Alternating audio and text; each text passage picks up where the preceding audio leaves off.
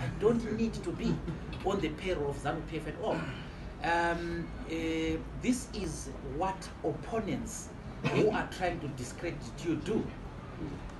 I do not become a member of ZANU-PF because I've disagreed with you. I was a good member of this party until I disagreed with certain people after the coming in of the Supreme Court judgment. And because of that, I suddenly, in their estimation, became ZANU-PF. Those people who are accusing me of that know for certain that I am not. But people do these things as part of mudslinging and so on. So we will be redressing that, and you will see for yourselves. This country will see for itself whether I am ZANU-PF or not. I'm now the leader of this party. The direction that this party will take will answer all these questions. At any rate,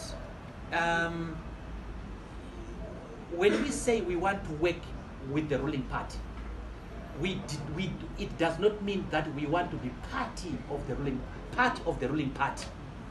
We want to work with them. They are a government. We want to take them to account.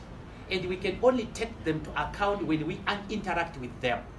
We interact with them in parliament already. So we work with them in parliament. We interact with them in local government. So we work with them in local government.